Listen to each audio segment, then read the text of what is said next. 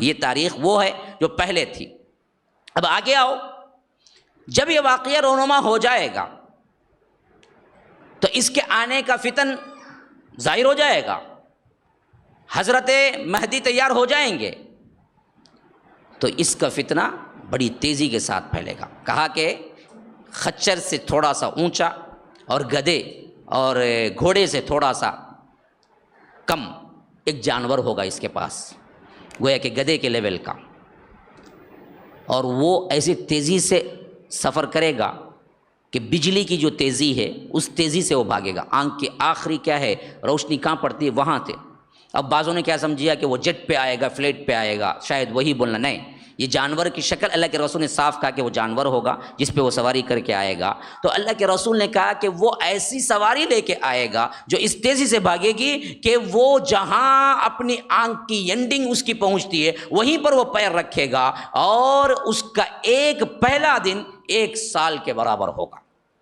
یوم کا سنت و یوم کا شہر، فرمایا دوسرا دن 1 مہینے کے برابر ہوگا۔ وہ یوم کا جمعۃ، پھر اس کے بعد تیسرا دن 1 جمعے کے برابر، 1 ہفتے کے برابر ہوگا۔ پھر فرمایا کہ وسائر ایامہ کا ایام الناس، پھر اس کے بعد کے جو 37 ڈیز ہوں گے وہ پورے ویسے ہی ہوں گے جیسے تمہارے اپنے دن ہوتے ہیں۔ تو اس حیثیت سے علماء نے کہا ہے کہ وہ دراصل 1 سال 2 مہینے 15 دن رہے گا دنیا کے اندر۔ آپ کیلکولیٹ کیجئے، یوم کا سنت و یوم کا شہر و یوم کا جمعۃ وسائر ایامہ کا ایام الناس، کہ ان سب کو ملا لیجئے، 1 سال 1 مہینہ 1 ہفتہ اور پھر 37 ڈیز ملا لیجئے، پورے ملا کے 1 سال 2 مہینے 15 دن لگتے ہیں۔ 1 سال 2 مہینے 15 دن رہے گا اس دنیا میں، اور وہ ہر جگہ چکر لگائے گا سوائے مدینہ اور مکے کے۔ وہاں پر فرشتے کھڑے ہوں گے تلواروں کے ساتھ، تو وہ کہے گا کہ میں یہاں داخل نہیں ہو سکتا، میں یہاں داخل نہیں ہو سکتا۔ بقیہ ہر جگہ کا چکر لگائے گا، ہر جگہ گمراہ کرے گا، ہر جگہ اس کے ماننے والے ملیں گے۔ اور اللہ کے رسول صلی اللہ علیہ وسلم نے فرمایا کہ اس کے ایک ہاتھ میں جنت ہوگی، ایک ہاتھ میں جہنم ہوگی۔ جو اس کو مانے گا وہ دراصل جنت میں بھیجے گا، جو اس کو نہ مانے گا اس کا سر قلم کر کے جہنم میں ڈال دے گا۔ اور یاد رکھو لوگو، جو اس کی جہنم ہوگی اصل میں وہ جنت ہے، جو اس کی جنت ہوگی اصل میں وہ جہنم ہے۔ تو یاد رکھو، اس کو نہ ماننا، اس کے فتنے میں نہ آنا، اس کو خدا نہ مان لینا، اور اس کی مخالفت کر کے تمہیں جہنم ہے تو بھی قبول کر لینا، وہ اصل میں جنت ہے۔ اسی طرح اللہ کے رسول صلی اللہ علیہ وسلم جب کہا کہ اس کا 1 دن 1 سال کے برابر ہوگا، تو صحابہ نے اس فتنے کو جو اتنا بڑا ہے، اس واسطے کہ کیا، کیسے، کدھر، یہ پوچھنے کے بجائے انہیں اپنے ایمان کی فکر ہوئی۔ اللہ اکبر، سبحان اللہ، کس طرح انہوں نے ہمیں مسائل بتا دیے۔ تو صحابہ نے پوچھا، اے اللہ کے رسول، کیا وہ 1 سال جو 1 دن کے برابر ہوگا اس میں 5 ہی نماز ہم پڑھیں گے؟ نہیں، 1 سال کی نمازیں پڑھیں گے۔ سبحان اللہ، یاد آیا تو بھی کیا یاد آیا، دیکھو نہیں، دین کا کتنا لحاظ ہے۔ دیکھیے، انہوں نے کہا 1 دن ہی تو ہے وہ، کیا اس میں ہم 5 نمازیں پڑھیں گے یا ہم سال بھر کی نمازیں پڑھیں گے؟ اللہ کے رسول صلی اللہ علیہ وسلم نے کہا، نہیں نہیں، تم اس وقت مقدر کر لو گے، اندازہ لگا لو گے کب کب کون سی نماز پڑھنی ہے، تم سال بھر کی پڑھو گے۔ یہ ایک مسئلے نے دنیا کے وہ ممالک جہاں پر سورج غروب ہی نہیں ہوتا، ناروے اور اس طرف قطب کے اوپر جو ہیں جہاں پر 9 مہینے 12 مہینے رات بھی سورج دن بھی سورج ہوتا ہے، رات کے 12 گھنٹے کا سورج آپ ڈالیے نیٹ میں، رات کے 12 گھنٹے لیکن سورج چمکتا ہوا ہوگا۔ ایسے بہت سے علاقے ہیں جہاں پر انسان آج رہ رہے ہیں، ان سب کے مسئلے حل کر دیا کہ وہاں نماز کیسے پڑھیں گے، وہاں ٹائمنگ سے پڑھیں گے، اندازہ کر کے۔ وہاں سورج کا مسئلہ نہیں ہے نمازوں کے لیے۔ کیوں؟ وہ وہی حالت میں ہے جو دجال آتے وقت پوری دنیا کی حالت ہوگی، اس حالت میں وہ اب ہیں۔ تو اس واسطے وہ بھی اندازہ لگا کہ آج وہاں کے ممالک پڑھ رہے ہیں، اور فقہا کو یہ دلیل اسی سے ملی کہ وہ لوگ اندازہ کر لیں گے۔ اللہ کے رسول نے کہا وہ لوگ اندازہ کر لیں گے۔ تو آج ان ممالک میں جو رہنے والے مسلمان ہیں اندازے سے ہی روزہ رکھتے ہیں، اندازے ہی کیا نمازیں پڑھتے ہیں، کیونکہ سورج ان کے ہاں غروب ہی ہوتا نہیں ہے، نہ رات آتی ہے، نہ ان کے لیے کیا ہے الگ معاملہ ہوتا ہے۔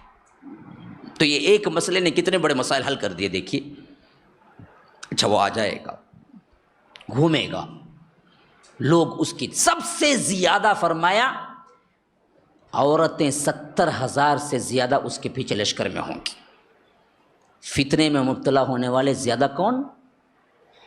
عورتیں۔ تو اس لیے فرمایا کہ دجال کو ماننے والوں میں سب سے زیادہ تعداد 70,000 سے زیادہ عورتوں کی ہوگی، اور سب یہودی اکٹھے ہو جائیں گے، اور آج بھی انتظار کیا جا رہا ہے، اور مسیح الدجال کے لیے سیٹ تیار ہو رہی باقاعدہ طور پر اس کی آمد کا انتظار ہو رہا ہے۔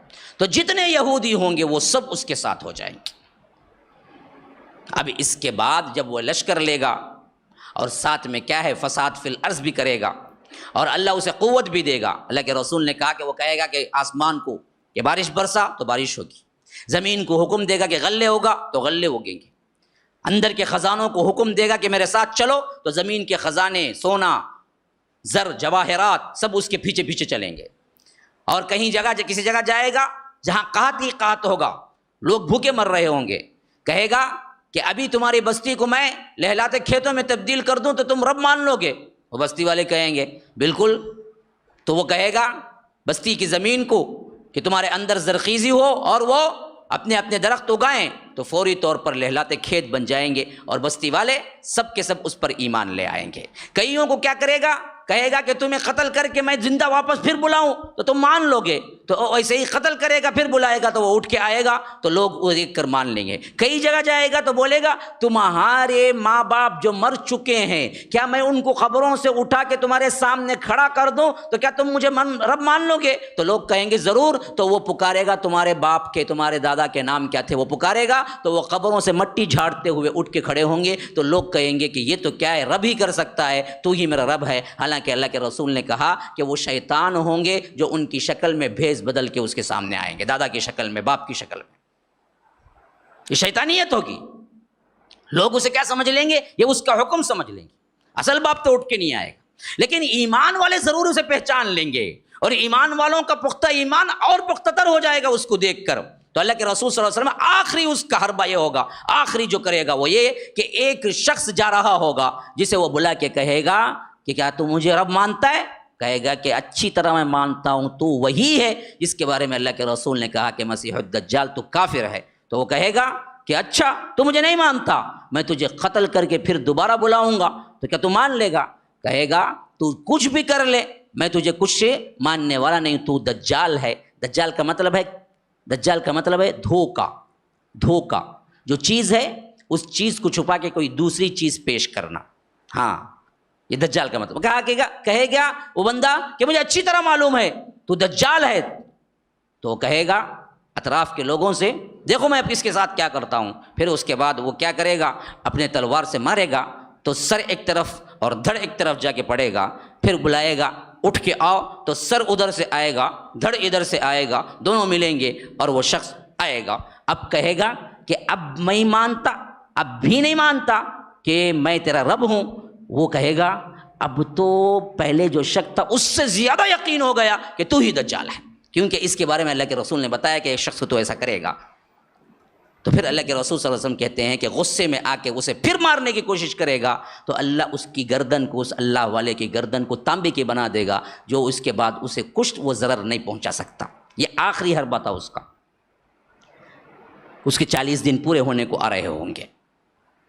ادھر حضرت مہدی یہ بات سن کے لشکر تیار کر رہے ہوں گے، اور ادھر جہاں نکلنا ہوگا اس دن فجر کی نماز پوری تیاری ہو چکی ہوگی، حضرت عیسیٰ کا نزول ہوگا 2 فرشتوں کے درمیان۔ کہتے ہیں اللہ کے رسول ایسے اتریں گے کہ گویا کہ ابھی نہا کے نکلے ہیں، اور بال یوں گر رہے ہوں گے کہ پسینے کے قطرے موتیوں کے مانند ان کے اوپر گر رہے ہوں گے، اور وہ 2 فرشتوں کے درمیان اپنے آپ کو لے کے اتریں گے، اور اس وقت اقامت کہہ کر مہدی نماز پڑھانے والے ہی ہوں گے۔ لوگ حضرت عیسیٰ کو خود دیکھیں گے تو فوری پہچان جائیں گے کہ یہ حضرت عیسیٰ ہے۔ ہاں 2 چادروں میں وہ آئیں گے تو لوگ کہیں گے اے عیسیٰ ابن مریم آگے بڑھیے، نماز پڑھائیے۔ تو حضرت عیسیٰ کہیں گے کہ نہیں، تمہارا امام تمہارے نماز پڑھائے گا۔ یہ اکرام لامت محمدیہ، امت محمدیہ کے اکرام کی حیثیت سے اتنی تکریم ہے کہ نبی ہونے کے باوجود وہ ایک امتی کے پیچھے نماز پڑھیں گے، اور وہ امامت کرنے والے مہدی ہوں گے۔ نماز ادا ہو جائے گی، نماز ادا ہونے کے بعد یہ دونوں اور ان کا لشکر دجال کو قتل کرنے کے لیے نکلیں گے۔